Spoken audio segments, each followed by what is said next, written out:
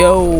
For today's vlog mga par, ito, bakasyon muna tayo dito sa probinsya at dito makukuha tayo gulay sa kalupaan natin. Wow, kalupaan natin. Ito, kasama natin mga par, kapatid ko tsaka yung asawa ko, yan. Pupunta tayo dun sa pinakakubo at taniman ng gulay. Mga isang oras yung lakaran natin mga par. Dito mga par, nadaanan natin dito yung Koimito. Ayan, siyempre hindi natin palagpasan yan dahil may mga bunga at mga hinog na rin mga par, kaya akyatin na natin mga par. Kaya dito mga par, nakakuha tayo ng isa. Ayan, sobrang hinog mga par.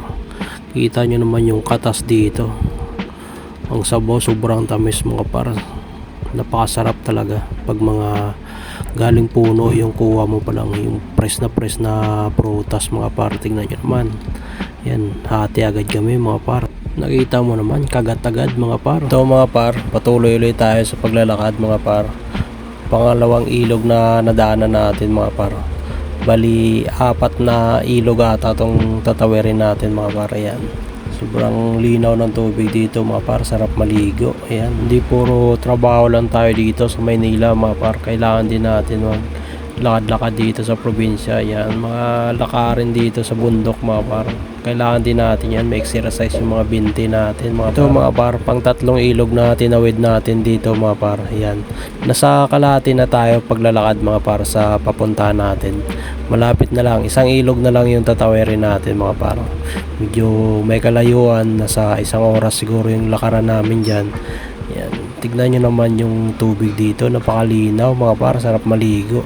Kaso ang babaw lang. Sa wakas mga par, nakarating din tayo. Ito yung pang 4 na ilog na tatawirin natin. Alam nyo ba yung kulay brown yan sa kabila mga par? Dating talungan yan, mga talong na tanim dyan yan.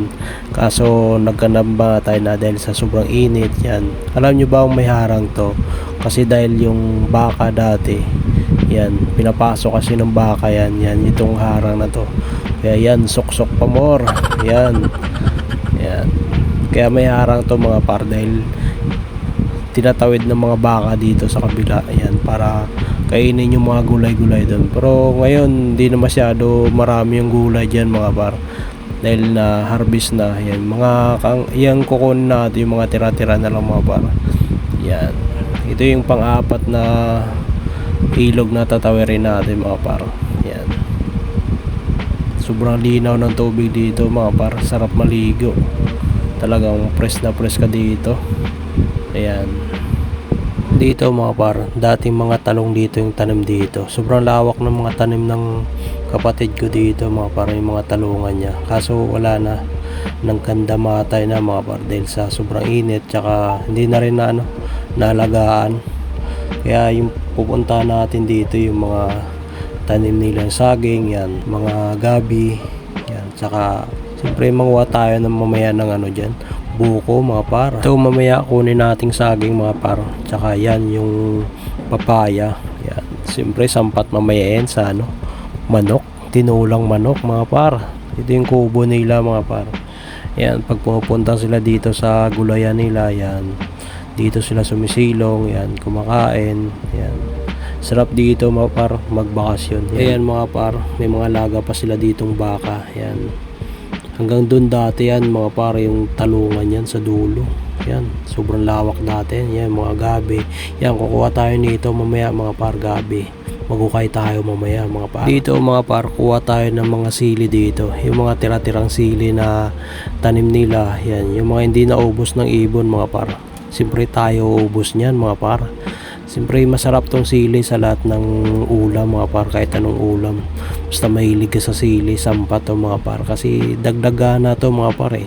Sino mahilig magsili dyan? Dito, nagulat tayo dito mga par. Yan, nag-exhibition yung kasama natin dyan mga par. Akala ko nanghuli ng manok. Lagyan ng papaya tsaka daw ng sili, yung pala nadulas mga par. Nakita nyo naman kung gaano laki mga sili mga par. Yan, mga tira ng mga ibon yan mga par, kaya ubusin natin. Ito na mga par, magukay na tayo ng gabi. Ito, tignan nyo, siyempre may taga-ukay tayo dyan mga par, yung 2 babae na kasama natin. Yan, sila yung mag-ukay ngayon. Tiga pa lang tayo, tiga panood lang tayo mga par, diba, awit. Pero siyempre dito naman sila bumawi mga par. tayo yung taga-tumba ng saging mga par. Tsaka magdadala nito mamaya pa uwi. Layo pa naman ang uwian namin, kaya paldong-paldo ako mamaya nito sa buhatan mga par. Layo ng lakarin natin.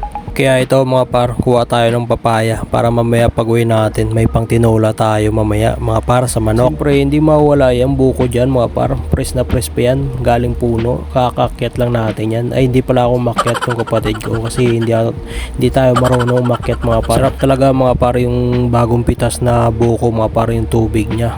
Talagang ang tamis. Ito nga mga par, uwian na tayo at buhat-buhat na natin yung isang buwig na saging na hindi naman siya mabigat pero sakto lang, kaya awit talaga, ang layo ng lalakarin natin mga par.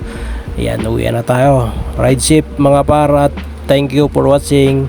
Babus, bye bye.